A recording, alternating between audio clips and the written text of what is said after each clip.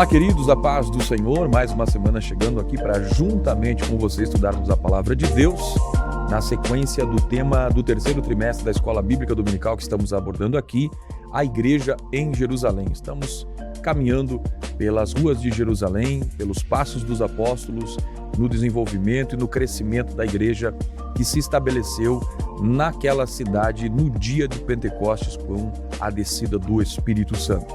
E no tema de hoje nós estaremos estudando sobre uma igreja cheia do Espírito Santo, esta característica, mostrando que a igreja de Jerusalém ela vem ser a igreja modelo, tendo em vista de que a forma como o Senhor trabalhou no meio dela são sim exemplos das quais a igreja do século que vivemos precisa observar. E vemos que o Espírito Santo ele é aquele que conduz a igreja do Senhor. A igreja de Jerusalém, ela antes de ser institucionalizada, antes de ser qualquer perspectiva humana, ela foi idealizada, conduzida pelo Espírito Santo, e é o que nós veremos aqui, que houve a busca da igreja, houve o desejo da igreja de buscar a presença do Espírito Santo para o meio e para as ações da igreja. Fique conosco, hoje estaremos estudando esse tema que é um tema profundo e que nós precisamos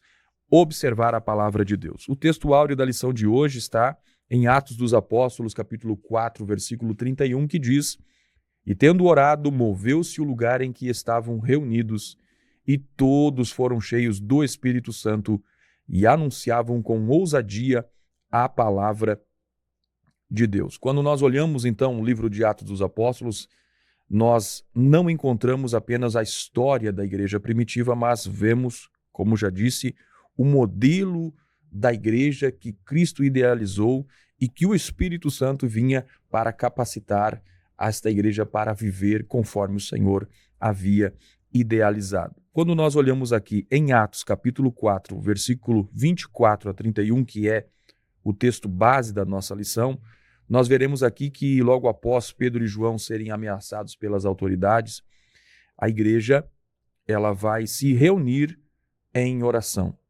E o que nós vamos ver aqui na exposição e na sequência dos relatos é que houve uma manifestação de fé desta igreja, uma manifestação de unidade desta igreja e também de poder, tendo em vista de que o lugar onde eles estavam foi movido pela presença e a glória do Espírito Santo, fazendo com que eles assim fossem mais ousados, mais fervorosos na pregação da palavra de Deus. Irmão Jair, presbítero da igreja Assembleia de Deus na cidade de Juí, conosco aqui mais uma vez.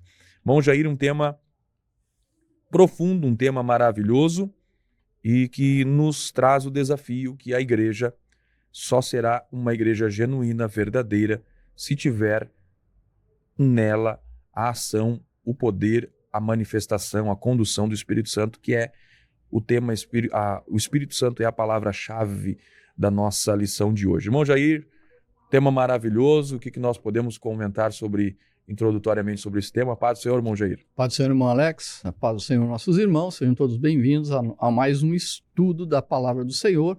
E hoje nós estaremos dando prosseguimento às características, estudando as características aqui da igreja modelo, a igreja que foi estabelecida por Jesus Cristo e que começa na cidade de Jerusalém.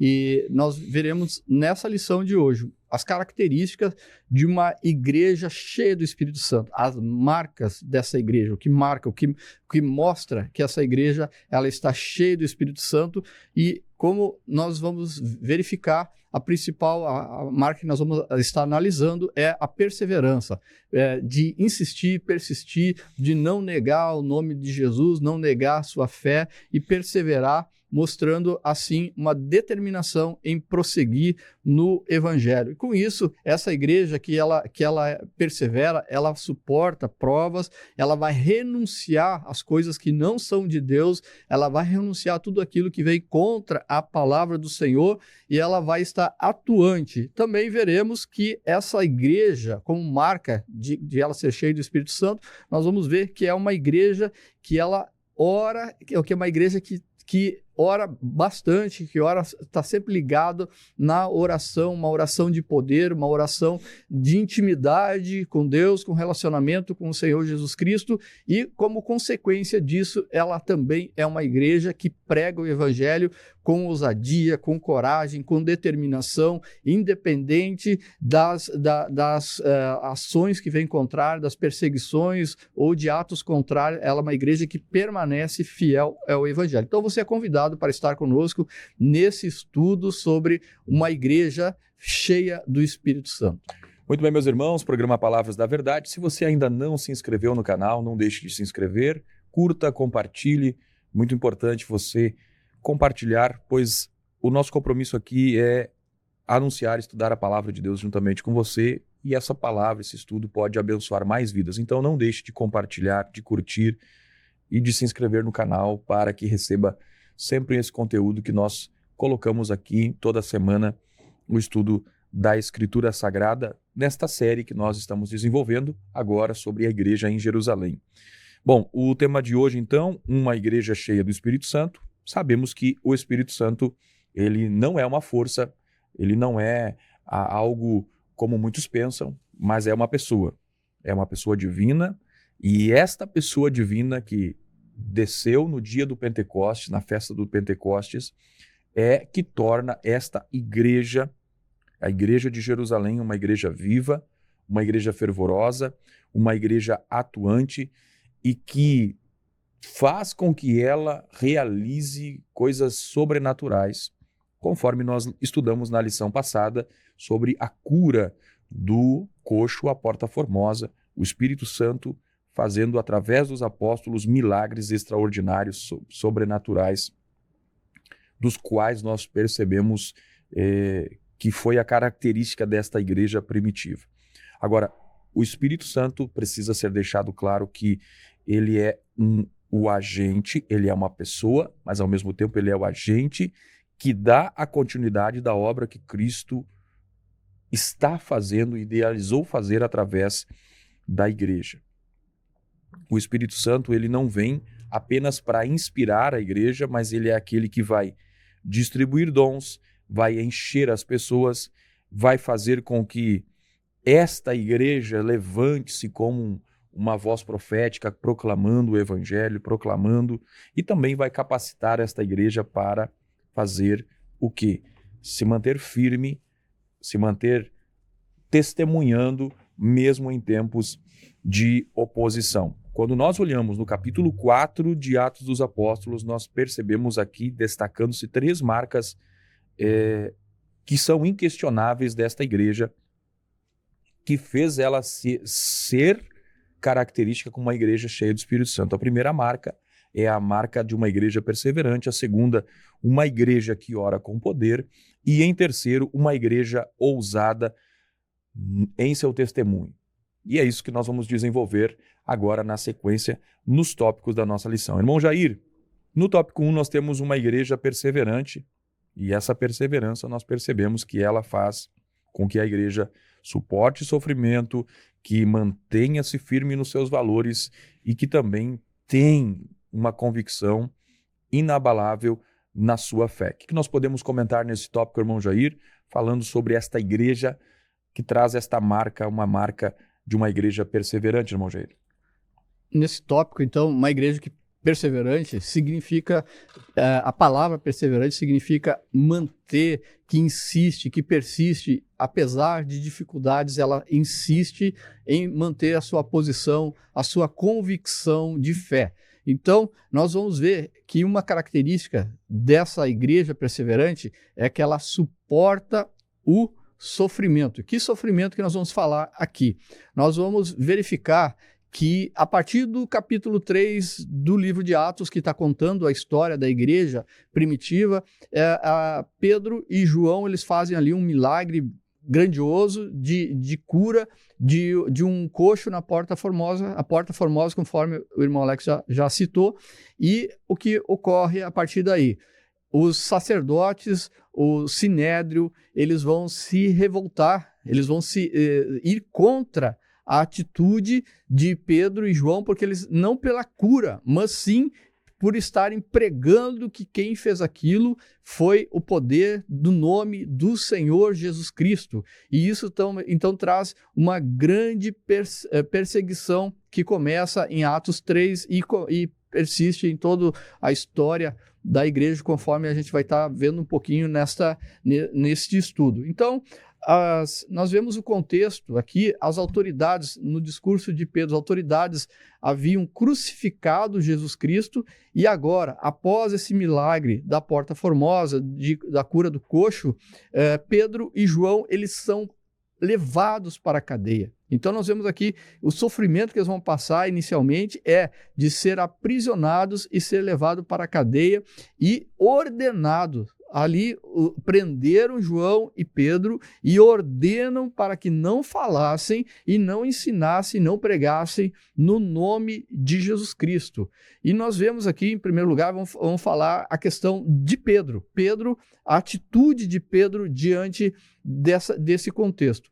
Nós vemos uma grande transformação na igreja a partir de Atos 2, e agora aqui nós vemos Pedro já transformado pelo poder do Espírito Santo, com o batismo do Espírito Santo na vida dele em Atos 2, porque já não é mais o mesmo Pedro que negou a Jesus Cristo, que negou o nome de Jesus Cristo lá descrito em Mateus capítulo 26, a partir do versículo 69, em que diante de uma moça, diante de uma pessoa que a palavra registra aqui como sendo uma criada, diz ali a palavra dizendo assim, aproximando-se dele, uma criada disse, tu também estavas com ele, com Jesus, o Galileu? Mas Pedro negou diante de todos. Mais adiante, no mesmo sequência de texto, Pedro nega mais uma vez para uma outra criada no lugar chamado vestíbulo, e também pela terceira vez Pedro vai negar o nome de Jesus Cristo diante de todas as pessoas que estão ali naquele local.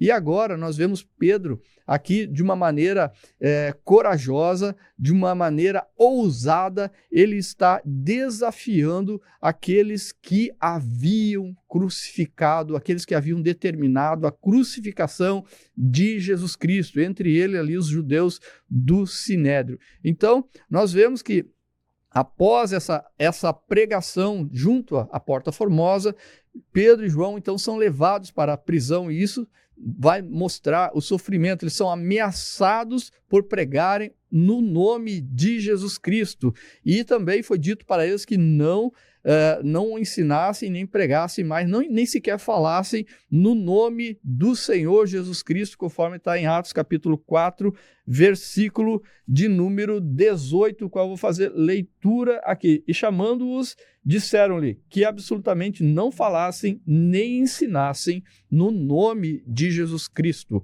E mesmo assim, Pedro, apesar da ordem ser clara para eles, e Pedro e João, eles são dispostos a perseverar em não atender aquela determinação. Por quê? O que fez com que eles tivessem essa perseverança? Em primeiro lugar, aqui nós vemos que o amor de Jesus Cristo constrange o coração deles a agir assim. E também que eles haviam sido, aqui como a nossa lição está mostrando, eles haviam sido cheios do Espírito Santo, eles haviam recebido poder. Atos capítulo 1, versículo 8, que Jesus prometeu, mas recebereis a virtude do Espírito Santo que há de vir sobre vós, e ser-me-eis testemunhas, tanto em Jerusalém, como na Judéia, em toda a Judéia, Samaria, até os confins da terra. Se cumpriu em Atos 2, e agora Pedro, transformado, ele desafia aqueles que haviam crucificado o Senhor Jesus Cristo. Uma outra característica de uma igreja perseverante é uma igreja que não negocia os seus valores. Em Atos, no capítulo 4, versículo 1, vai nos mostrar que os sacerdotes vieram até o templo e prenderam Pedro e João. E esses sacerdotes aqui apresentados, eles são da linha dos saduceus, que na época ali nascedora, a partir na época de Jesus Cristo, que esse contexto está ocorrendo, existia o partido dos saduceus, dos fariseus e dos herodianos, conforme a palavra nos mostra em Atos. E aqui os saduceus, eles não admitiam que houvesse ressurreição. Eles não aceitavam a doutrina do céu e do inferno. Ou seja, eles não aceitavam nenhum tipo do que era espiritual. E esses sacerdotes, então, eles conduzem Pedro e João para um julgamento até o Sinédrio, e esperavam ali, através nesse contexto do Sinédrio, que é, para nós entendermos claramente, a Suprema Corte Jurídica, Administrativa, Legislativa, lá dos tempos bíblicos do judaísmo, e levaram até eles, e o Sinédrio decidiu e colocou a seguinte situação, que eles não falassem que no nome de Jesus Cristo, e nem sequer falasse que aquele coxo foi curado no nome de Jesus. Se eles dissessem que aquele coxo foi curado no nome de Deus, do Deus do judaísmo, um Deus que não é Jesus Cristo, segundo o judaísmo.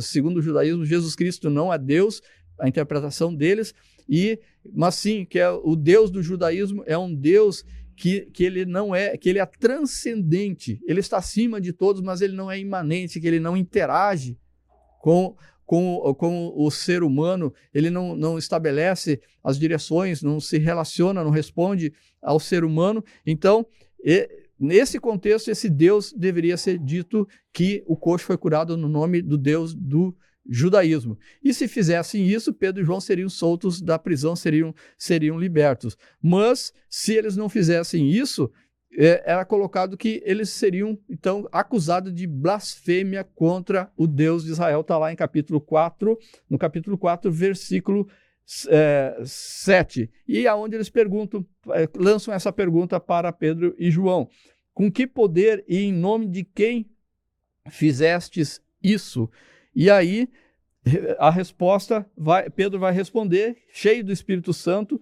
Ele direciona então a palavra e vai falar que foi através de Jesus Cristo, aqueles mesmos que estavam interpelando ele, crucificaram o Senhor. E a resposta, então, nós encontramos especificamente no versículo de número 10, dizendo assim: seja conhecido de vós todos e de todo o povo de Israel, em nome de Jesus Cristo Nazareno, aquele a quem vós crucificastes e a quem Deus ressuscitou dos mortos, em nome desse é que ele está diante de vós. Ele quem? O coxo, que era paralítico e agora está diante ali do Sinédrio, uma prova real, um fato real perante eles. Então, nós vemos que os sacerdotes tentaram intimidar os apóstolos que eles não falassem e não ensinassem no nome de Jesus. E eles não negociaram a sua fé. Eles não abriram mão dos valores da fé.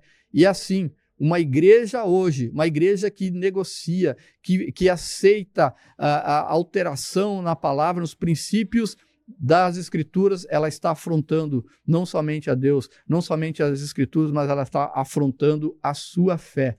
E essa igreja que persevera, ela não deixa a igreja cheia do Espírito Santo, que é uma característica dela ser perseverante, ela permanece convicta na sua fé. Diante das acusações ali, fatos e atos ali demonstrados são provas irrefutáveis do poder de Deus. Os apóstolos não estabeleceram a base da sua fé em suposições, em crendices, em eu acho. Não, eles estabeleceram a sua fé em cima da doutrina de Cristo e aqui especificamente, nesse caso, o fato da cura do coxo da Porta Formosa. E isso nós vimos no versículo de número 10 aqui do capítulo 4, que eu acabei de ler, que ele mostra aqui que está diante de vós, aquele coxo estava ali de pé, curado na frente do Sinédrio. No versículo de número 20 do mesmo capítulo, nós vamos ver aqui também assim, porque não podemos deixar de falar o que temos visto e ouvido. Então, aquilo que Pedro e João estavam presenciando, aqueles que eles aprenderam, eles não deixariam de falar. E no versículo 22, vai colocar: pois tinha mais de 40 anos o homem em que se operava aquele milagre de saúde. por mais de 40 anos, aquele homem paralítico na Porta Formosa, ele foi curado e estabeleceu ali uma perfeita saúde. No versículo 16, nós vamos ver, dizendo que havemos de fazer a estes homens, porque a todos os que habitam em Jerusalém é manifesto que por eles foi feito um sinal notório e não o podemos negar. O próprio Sinédrio reconhece que aquele homem, ele era um coxo, mas que estava ali curado, que estava ali presente naquele lugar. Nós vemos nesse assunto, nessa obra de João e de Pedro, que a cura que eles estabeleceram ali, a obra que eles fizeram para Jesus Cristo, nos traz um grande ensinamento. Aquele que trabalha, aquele que está fazendo o bem, aquele que faz a coisa certa, o ensinamento nós tiramos disso aqui. O diabo, ele não fica satisfeito com o trabalho que nós fizemos de bom, aquilo que nós fizemos para Deus. Ele vem desencorajar a obra, ele vem tentar desencorajar a cada um que faz a coisa certa. Nós vemos aqui que o homem foi curado. O que aconteceu com Pedro e João? Foram para a cadeia, foram para a prisão, eles foram acusados, eles foram impedidos de falar no nome de Jesus, tentaram impedir, queriam que eles negassem a Jesus Cristo. E tudo isso ocorre na nossa caminhada. Quantas vezes nós somos conclamados para que nós venhamos a negar o nome de Jesus? Mas aí vem a lição de perseverança, de nós manter firme na nossa fé, perseverar nas bases, na doutrina da nossa fé e não negar o nome de Jesus Cristo com as nossas ações, com as nossas palavras, com o nosso testemunho. Uma verdade daqui: não espere elogios, não espere aplausos daquilo que tu está fazendo de bem. Nós vamos ver aqui que lá em Lucas capítulo 17, versículo 11 ao versículo 19, nós vamos ver a história registrada ali no Evangelho de que Jesus curou 10 leprosos. 9 dos 10 não vieram nem dizer obrigado a Jesus Cristo. Somente um retornou. Não espere aplausos de ninguém por fazer a coisa certa, por fazer aquilo que é certo. Porque o homem, ele não vai trazer aplausos verdadeiros. O próprio Senhor Jesus Cristo e João Batista está registrado nos evangelhos de que eles foram criticados. Eles foram criticados por fazer a coisa certa. Nós vemos isso no capítulo 11, a partir no versículo de número 18 e 19, que diz assim: porquanto veio João não comendo nem bebendo, e dizem, tem demônios. E veio também o Filho do Homem comendo e bebendo, e dizem, eis aí um comilão, um beberrão, amigo de publicanos e pecadores. Quem é o Filho do Homem aqui? O Senhor Jesus Cristo, ele se intitula assim. Então, o próprio Senhor Jesus Cristo, João Batista, eles foram criticados, descrito na palavra.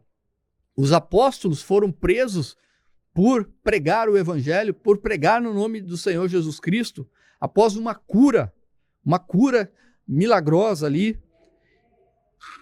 Uma coisa eu digo, faça a obra, não para agradar o homem, mas para agradar o Senhor. Em Mateus, no capítulo de número 6, nós vamos ver aqui no Sermão do Monte, Jesus ensinando sobre esmola, sobre oração e sobre jejum. E ele diz, guardai-vos de fazer a vossa esmola diante dos homens, mas sim fazer diante de Deus que está no céu. Quando orar, não fique pelas esquinas orando, entra no teu quarto, fecha a tua porta e ora em secreto, que o Pai que vê em secreto, para agradar a Deus e não agradar o homem. E nós vemos também a questão do jejum também, aqui no versículo de número 16, quando jejuardes, Jesus ensinando no Sermão do Monte, ou no Sermão do Monte, ou Sermão das Bem-aventuranças, quando jejuardes, não vos mostreis contristados como os hipócritas, mas a palavra de Deus nos diz que Deus é que vai recompensar. E ainda a palavra nos adverte, cuidado com os homens, no capítulo de número 10 do livro de Mateus, no versículo 17 ao 22, nós vamos ver no versículo 27, acautelai-vos, porém, dos homens, porque eles vos entregarão ao sinédrio. Vos entregarão ao sinédrio, vos açoitarão nas sinagogas e, por causa de mim, para lhes servir de testemunho a eles e aos gentios. Então, Jesus aqui ele envia os seus discípulos, os 12, em uma missão, dá poder para eles, mas diz, olha, vocês vão ser perseguidos, tomem cuidado com os homens, porque eles vão levar diante do sinédrio, vão vos açoitar, vão lhe colocar em prisão, vocês serão odiados por causa do meu nome. Mas Jesus adverte, no versículo 22, ele diz, vós serão odiados e sereis por causa do meu nome, mas aquele que perseverar até o fim será salvo. E quantos testemunhos nós temos na história da igreja, não só no livro de Atos, que nós vamos ver Estevão sendo martirizado, apóstolo Paulo sendo preso com Silas e sendo açoitados e sofrendo ali até mesmo o martírio lá, do apóstolo Paulo lá em Roma.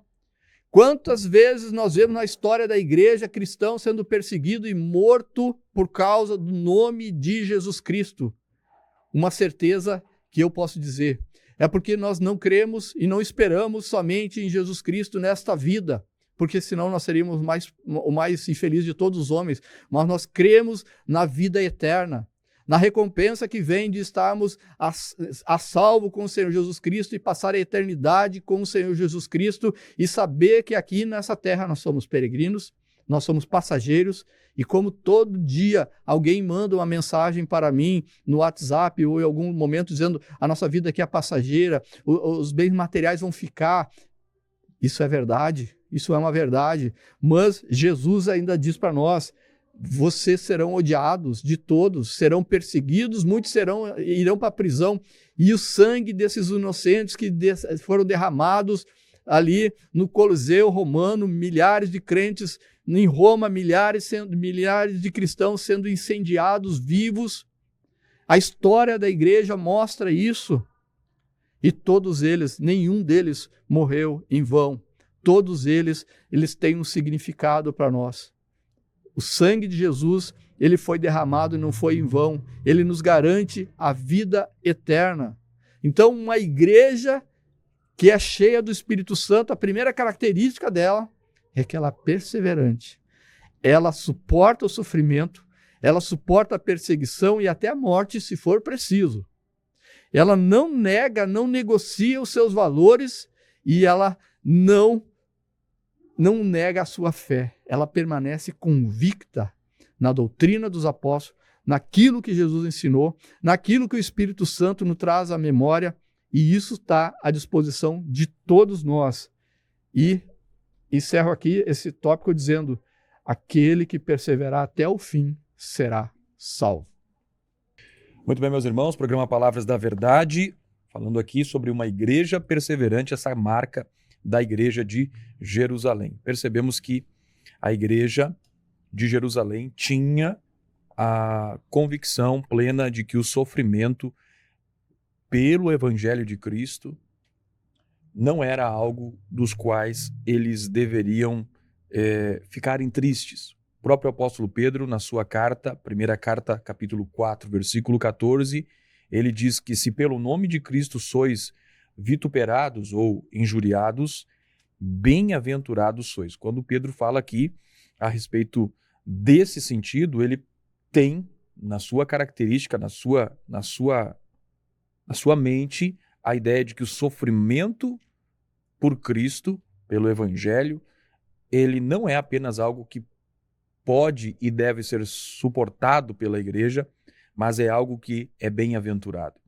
Ele não é apenas um caminho para a glória, mas o sofrimento já manifesta a glória, pois o apóstolo Pedro vai dizer, na continuação do versículo 14 do capítulo 4 da sua primeira carta, porque sobre vós repousa o Espírito da glória de Deus, algo que faz uma menção acerca da glória que manifestava-se no tabernáculo lá no Antigo Testamento. Perceba que o sofrimento faz isso. Ele não é o caminho para a glória, mas manifesta a glória, pois é o Espírito Santo que repousa em nós nos períodos de sofrimento pelo Evangelho.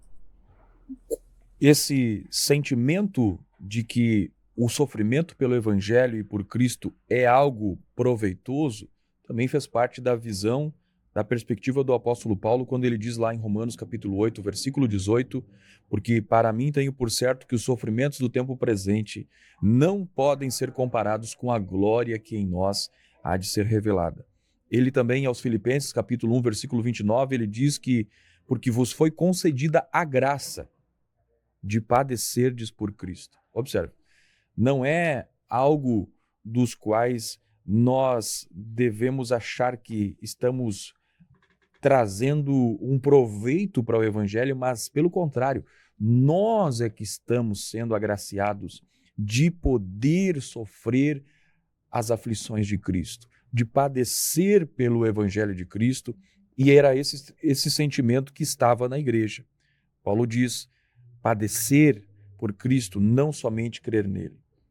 Tanto o crer é uma manifestação da graça, mas o padecer por Cristo também era um sentimento que estava no coração da igreja, nos tempos da igreja primitiva, e que deve fazer parte do nosso sentimento, do nosso coração. Então, quando nós olhamos sobre a perseverança desta igreja, nós percebemos que essa igreja, cheia do Espírito Santo, ela é perseverante porque tem consciência de que ela tem um chamado, de que ela tem um Salvador.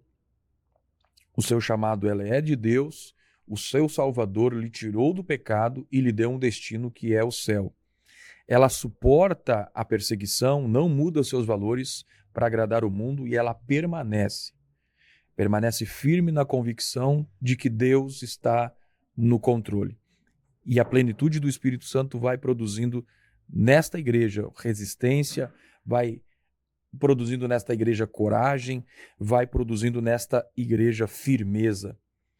Só é possível suportar o que esta igreja suportou no início e na sua história se ela for cheia do Espírito Santo. Ninguém consegue declarar publicamente, como Pedro, mencionado pelo irmão Jair, que antes foi covarde e agora ele defende de forma a expor a sua vida. Ninguém faz isso se não for pelo poder e pela graça do Espírito Santo. Você está no programa Palavras da Verdade, irmão Jair, tópico 2, vai mostrar que esta igreja tem uma outra marca, e é uma marca de uma igreja que ora. Ela ora com poder. Isso baseado no relato que nós temos em Atos capítulo 4, versículo 29 a 30, onde esta igreja estava ali orando. Capítulo 4, versículo 24 a 30 fala sobre esta oração da igreja. O que nós podemos comentar, irmão Jair, sobre esta igreja cheia do Espírito Santo, que ora com propósito, que ora com unidade e que também ora fundamentada na palavra de Deus? O que nós podemos comentar acerca desse tema, irmão Jair? Outra marca, então, da igreja cheia do Espírito Santo, além da perseverança, do qual já tratamos no tópico anterior, é uma igreja que ora conforme o irmão Alex citou, com propósito, em unidade e com a sua oração pautada na palavra do Senhor. Então, nós vamos ver aqui que orar com propósito significa em atitudes de oração. Como que eles vão orar? Nós vemos aqui, a partir do capítulo 4, versículo 24 em diante, que a igreja ela se reuniu e orou unanimemente, mas ela não pediu ali na sua oração, eles não sentiram medo do que estava ocorrendo, de estarem presos, de estarem sendo proibidos de falar no nome de Jesus, acusados de falar em nome de Jesus Cristo, tentando ser impedido de falar, de pregar e de ensinar no nome de Jesus. Eles não sentiram medo porque eles não pediram na sua oração proteção. Eles não sentiram ali também ódio por aquelas pessoas que prenderam, porque eles não pediram vingança. Na oração não pediram vingança. Eles queriam, sim, simplesmente serem cumprir a vontade de Deus, num sentido de que Deus desse ousadia para pregar, para anunciar a palavra de Deus. E isso nós vemos no versículo 29. Aquela acusação da cura no coxo e de que foi feito em nome de Jesus Cristo, despertou uma perseguição na igreja, mas aqui nós vemos que os apóstolos eles perseveraram, eles não deixaram para trás o ministério da cura, eles oraram aqui no capítulo 4, versículo de número 29 e 30, eles vão pedir a Deus para que venha curar, para que Deus continue curando, para que Deus venha fazer sinais e prodígios pelo nome do Senhor Jesus Cristo. E a resposta para a oração desses discípulos que oraram com propósito, dos apóstolos que oraram com propósito, veio para eles, a resposta veio no versículo 31. E tendo eles orado, a palavra diz que tremeu o lugar, tremeu a terra, um tremor naquele lugar. E não foi só um tremor físico. A alma daqueles apóstolos também tremeu. Um tremor na alma trouxe eles cheios do Espírito Santo, porque diz ali, e todos foram cheios do Espírito Santo. Além do lugar ter movido ou tremido, além da alma ter ali sentido o tremor e ter recebido uma unção, ser cheia do Espírito Santo, ser revestido do Espírito Santo, a língua deles também tremeu, porque eles começaram a anunciar a palavra de Deus com ousadia. Está no versículo de número 31. Então nós vemos aqui que eles oraram com essa oração da igreja, ela foi feita com propósito. Um propósito de ser o quê? De acordo com a palavra de Deus, com a vontade de Deus. Por isso a necessidade de nós conhecermos integralmente esse Deus através da sua palavra, nós entendemos cada vez mais a vontade de Deus e orarmos conforme a vontade de Deus. Outra forma demonstrada aqui nesse texto é que eles oraram, foi uma oração unânime, em concordância um com o outro. Todos eles concordaram em oração, diz lá o versículo 24, e ouvindo eles sobre todo aquele diálogo, sobre toda aquela acusação do Sinédrio, a resposta de Pedro, e após a liberação de Pedro e João da prisão, eles então vão orar unanimemente e vão levantar a voz a Deus. O que é orar em unidade? Eles vão ser unânimes, eles vão orar com o mesmo propósito, todos eles orando no mesmo propósito, orando em concordância, orando em unidade. Existe uma coletividade de pessoas, ela não é feita de pessoas feitas em série. As pessoas são diferentes, elas têm pensamentos diferentes e essas diferenças precisam ser respeitadas. Os apóstolos ali, com certeza, um temperamento diferente do outro, mas a unidade deles estava na crença do Senhor Jesus Cristo, no batismo do Espírito Santo, nos sinais que o Espírito Santo estava realizando no meio deles. E eles oravam em concordância, em entendimento, no mesmo propósito. Nós vemos também, além de pessoas serem diferentes no meio cristão, tem pessoas que são mais maduras espiritualmente e outras menos maduras espiritualmente. Tem pessoas com mais experiências e outras com menos experiências. Mas a oração aqui tem um exemplo. Ela precisa ser feita em unidade. O mesmo pensamento, a mesma convicção. E isso nós vemos lá em Mateus, no capítulo de número 18, a partir do versículo 18, nós vamos ver que num contexto ali de Jesus trazendo um ensinamento para os seus discípulos de como perdoar, se alguém tiver algum pecado que venha, confesse, será perdoado, e os irmãos em entendimento vão perdoar. E Jesus continua dizendo, em verdade vos digo que tudo que ligardes na terra será ligado no céu, e tudo que desligardes na terra será desligado no céu. Se dois de vós concordarem na terra acerca de qualquer coisa que pedirem, isso lhe será feito por meu Pai que está nos céus. E também complementa Jesus ainda dizendo, onde estiverem 2 ou 3 reunidos em meu nome, aí estou no meio deles. Então Jesus, ele está mostrando aqui que em concordância, orando em concordância, se nós concordarmos, 2 ou 3 concordarem na terra, será concordado no céu, segundo a palavra de Deus. Veja que está sempre subordinado à palavra de Deus, subordinado à vontade de Deus, se for em concordância, em unidade, de acordo com a palavra de Deus, Deus responderá conforme está aqui. Tudo que pedirdes em meu nome será feito por meu Pai que está no céu.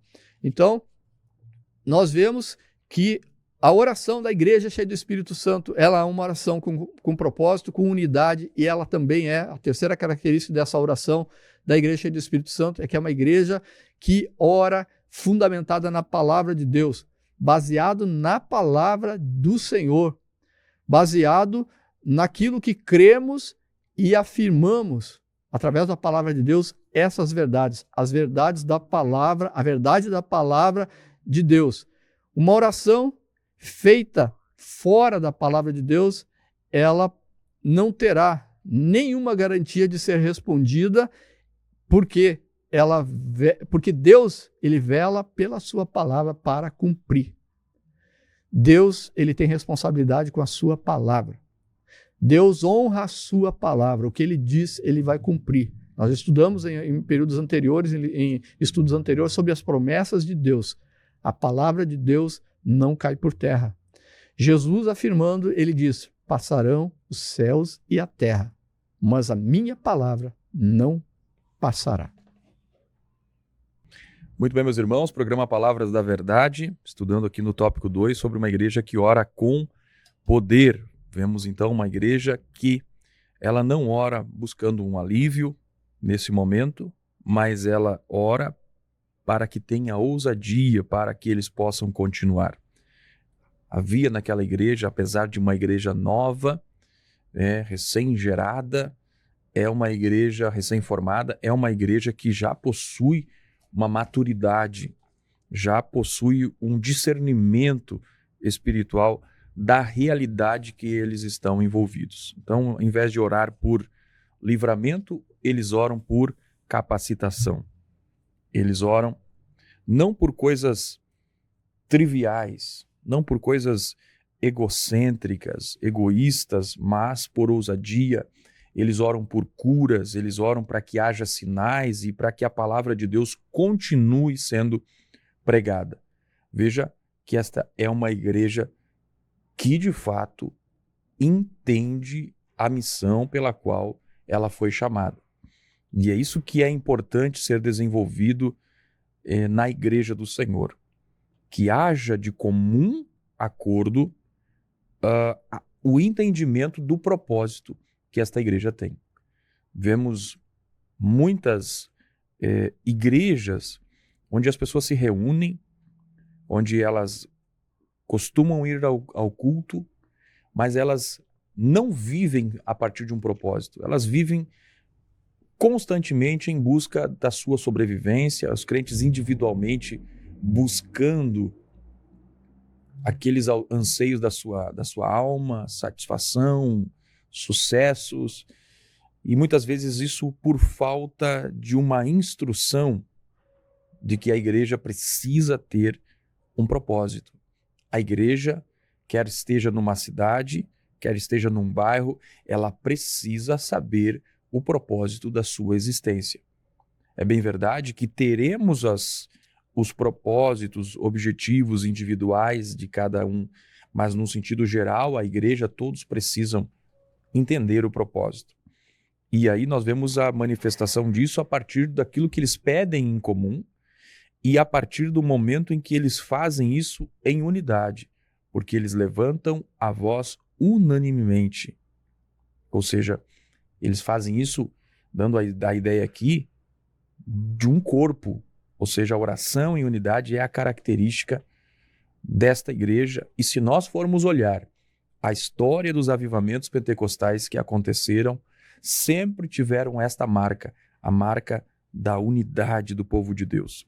A unidade do povo de Deus em oração é o canal por onde o Espírito Santo vai fazer fluir de forma mais intensa. É quando a igreja se une que o céu se move. É quando a igreja se une, o céu se move na direção da igreja, que as estruturas da terra elas são tremidas, elas são abaladas, elas vêm se mover. Essa oração que nós vemos aqui em Atos dos Apóstolos é um tipo de oração que aconteceu antes do derramamento do Espírito Santo, porque a Bíblia diz que antes de Atos dos Apóstolos, capítulo 2, da data do dia do Pentecostes, com a descida do Espírito Santo, a igreja lá em 1,14 estava clamando juntas, unânimes também em oração. Uma característica de uma igreja que entende o propósito da sua existência. E aí nós vemos a maturidade desta igreja, porque a oração com que eles oram é uma oração em que eles vão buscar entender Cristo no Antigo Testamento e através disso eles vão orar. E aí eles vão citar o Salmo de número 2, quando eles falam ali acerca da oposição que era imposta profeticamente ao ungido de Deus, ao enviado de Deus, a Cristo. Isso mostra que quando nós vemos esta igreja orando, unida, e o poder de Deus se manifestando ali, nós vemos que isso só acontece porque o mover do Espírito Santo ele não está separado do mover da palavra, da exposição da palavra, mas está fundamentado na palavra. O Espírito Santo sempre age em harmonia com a palavra. O Espírito da verdade é também o Espírito da palavra, o Espírito da Escritura. Então nós entendemos aqui que uma igreja pentecostal que ora, ela é uma igreja que clama com propósito, com unidade e com fundamento bíblico. E com isso é uma igreja que tem resposta nas suas orações. Às vezes, uma igreja não está tendo respostas porque não há propósito, não há unidade, não há base da palavra de Deus na sua oração. Precisamos refletir sobre isso. Bem verdade que sabemos que quem responde é Deus, mas aqui nós temos um modelo de uma igreja cheia do Espírito Santo que tinha esse modelo na sua oração. E com isso, eles viram o mover de Deus na sua vida. Irmão Jair, tópico 3, uma igreja ousada no seu testemunho. Veremos aqui, irmão Jair, que a igreja, movida pelo Espírito Santo, esta igreja anunciava o evangelho com ousadia, sem temer a oposição. O que nós podemos comentar nesse tópico? Nós, então, estamos estudando as marcas da igreja cheia do Espírito Santo, tendo como modelo a igreja de Jerusalém. É uma igreja que persevera apesar das perseguições, uma igreja que ora com propósito, com unidade e também baseado na palavra de Deus. E outra característica que nós vamos ver agora é uma igreja que ousa no testemunho cristão e também na pregação da palavra de Deus. E como ela faz isso? Nós vemos que uma igreja que exerce aqui a ousadia, ou seja, a ousadia é a coragem para enfrentar a oposição, para suportar, para permanecer, para perseverar. É uma igreja também que ela ousa no exercício dos dons espirituais. Nós vemos lá no livro, no Evangelho, na primeira epístola de Paulo aos Coríntios, capítulo 14, versículo 12, Paulo diz assim: assim também vós, como desejais dons espirituais, procurais sobejar neles para a edificação da igreja. Então, o exercício dos dons espirituais agora, nós vemos os apóstolos no capítulo 4, eles sendo cheios do Espírito Santo, eles sendo renovados no Espírito Santo. E o desejo de Deus é encher o cristão com o Espírito Santo, conforme está no versículo de número 31 do capítulo 4 do livro de Atos, mostrando aqui que todos foram cheios do Espírito Santo e pregaram e anunciaram com ousadia o Evangelho, a palavra de Deus. Nós vemos que a resposta da oração dos cristãos aqui, na oração dos apóstolos, dos discípulos, eles não oraram aqui para que Deus mudasse o sinédrio. Eles não oraram para que Deus mudasse pessoas além deles. Eles oraram para que Deus mudasse eles próprios, a sua posição, o seu entendimento. Nós vemos aqui os apóstolos pedindo ousadia para pregar a palavra. Há poucos versículos nós vemos Pedro sendo ousado, enfrentando ali o sinédrio, aqueles que perseguiram a Jesus Cristo, que mandaram crucificar Jesus Cristo, entre eles, entre os judeus e os romanos, aqui o sinédrio entre os judeus. Nós vemos Pedro pregando com ousadia, mas aqui nós vemos ele orando, pedindo ousadia para continuar pregando. Nós vemos aqui eles pedindo também ousadia para que o Senhor continue fazendo milagres, sinais, curando os enfermos, fazendo sinais, prodígios e maravilhas no meio do seu povo, através do nome do seu filho, através dos seus discípulos. E isso nós vemos eles pedindo. Por que eles estão pedindo isso? Eles estão pedindo para que Deus mude eles mesmos, que eles não caem, não venham a cair no automático, na mesmice, mas que eles sejam permanentemente cheios do Espírito Santo. E todos nós, irmãos, nós podemos verificar que nós precisamos ser mudados em alguma coisa na nossa vida. E eu pergunto para ti, existe alguma coisa que precisa ser mudado na tua vida? O Espírito Santo vai responder. Nós vemos nesse texto, nesse contexto aqui do capítulo 4, os apóstolos, os discípulos sendo cheios do Espírito Santo. Novamente, eles foram cheios lá no capítulo 2 de Atos e agora eles são revestidos de poder de novo, cheios do Espírito Santo, a palavra mostrando aqui não é mais o batismo, mas sim um revestimento de novo, sendo cheio do Espírito Santo de novo. E nós vemos algumas razões para isso. Nós vemos que qual a primeira razão que eu aponto aqui? A primeira razão para que nós sejamos revestidos de poder, sermos cheios de novo, só pode ser porque nós vazamos. De alguma forma nós vazamos. E isso eu mostro lá na palavra de Deus em Êxodo, no capítulo 34, versículo 29, em que Moisés, ele desce do monte e a glória, ela resplandece no seu rosto, que Moisés, ele coloca um véu sobre a sua face para que as pessoas possam vir até ele, se comunicar com ele. Mas chega um momento em que a glória, ela se vai e Moisés não permanece o resto da vida com o véu. Ou seja, ele precisa ser revestido novamente. E com isso eu entendo que a oração de ontem não é a mesma oração para hoje. A necessidade de ontem, a necessidade espiritual de ontem não é a mesma necessidade de hoje. Ela precisa ser revestida, ela precisa ser renovada, ela precisa ser restabelecida dia a dia. Assim como a comida que nós comemos ontem, o pão que serviu para saciar nossa fome ontem, hoje ele pode não ser suficiente. E nós precisamos renovar. A nossa vida espiritual, ela precisa ser constantemente renovada. Ela precisa ser constantemente renovada. Então, nós precisamos buscar ser cheio do Espírito Santo hoje, todo dia ser cheio do Espírito Santo, assim como os apóstolos. Eles foram ousados, pregaram anteriormente, pediam ousadia. Eles curaram, eles continuaram pedindo para que Deus continuasse a curar. Eles viram sinais, prodígios e maravilhas e continuaram pedindo para que Deus continuasse operando os sinais, operando através do Espírito Santo os dons espirituais no meio deles, cheios do Espírito Santo. Nós vemos também que eles pregaram com ousadia e eles continuam pregando, pedindo ousadia para pregar a palavra do Senhor.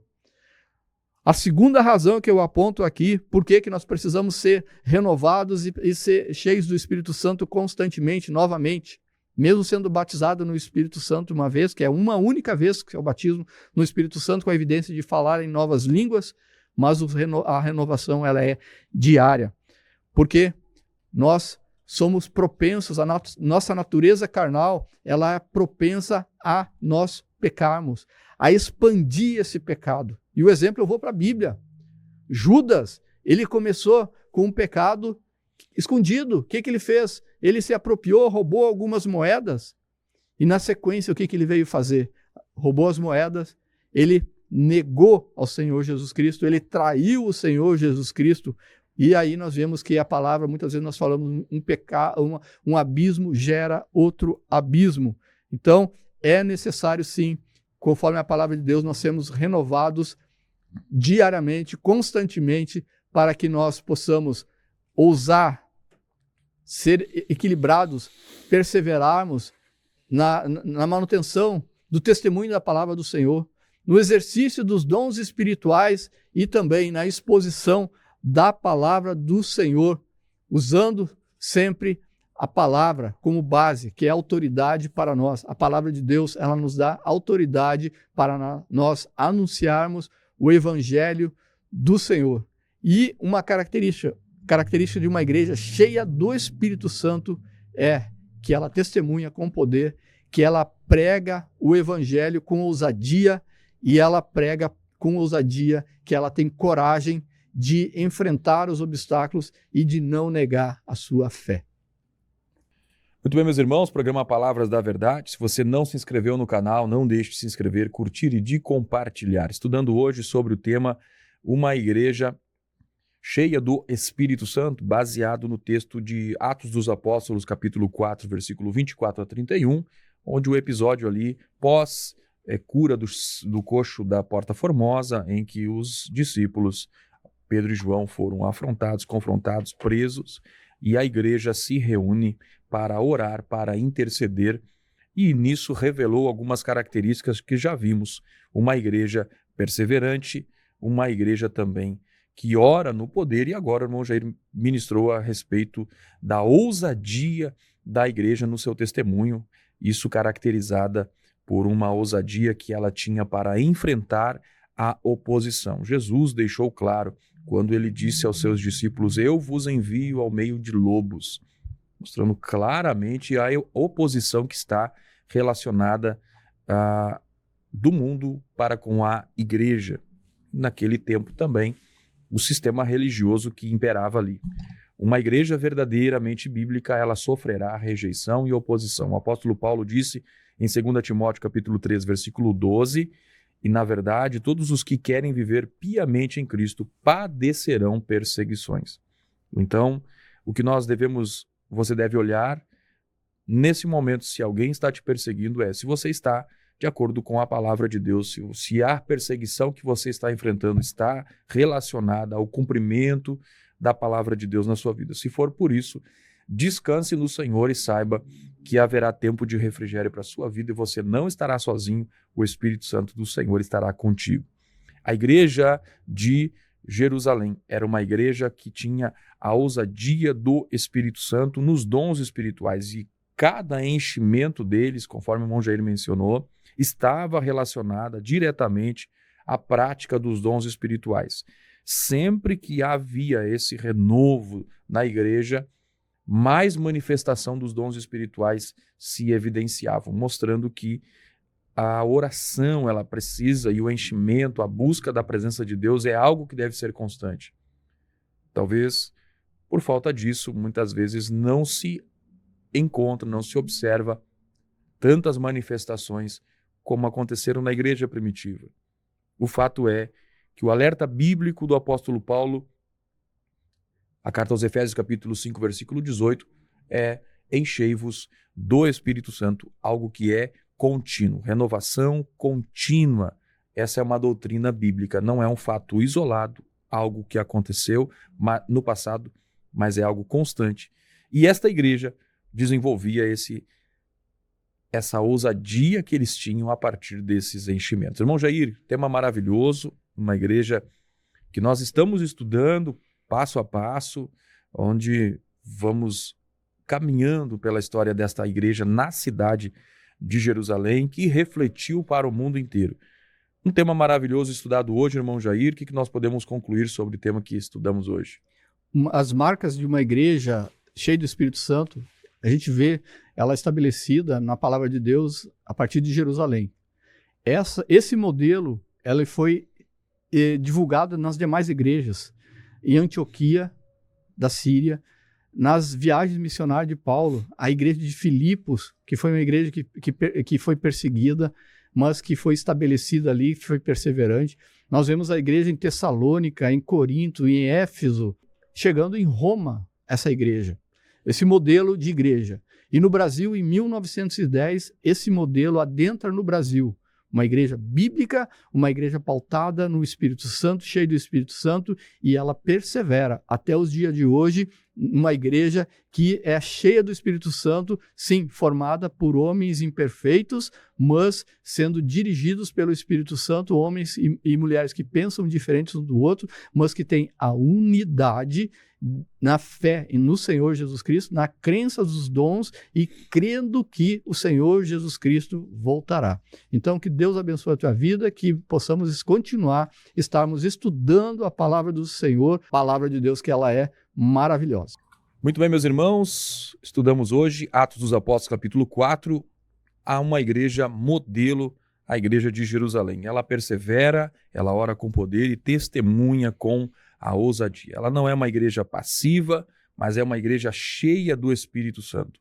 O teólogo Gordon Fee, teólogo pentecostal, ele diz que Deus pretendia que toda a igreja fosse cheia do Espírito Santo, cheia de dons, cheia de coragem, cheia de Cristo. Que nós possamos ser como a igreja de Jerusalém, que suporta a perseguição com fé, que ora até que os céus se abram, que prega até que os corações sejam quebrantados e que opera até que cidades inteiras sejam transformadas. Esse é o ideal do Senhor para a igreja. No tempo de hoje podemos viver, sim, princípios que esta igreja viveu e assim ver os céus se abrirem e a igreja sair triunfante. Deus abençoe sua vida, sua casa e sua família. No próximo programa estudaremos sobre uma igreja cheia de amor. Deus abençoe sua casa e sua família. Até o próximo programa.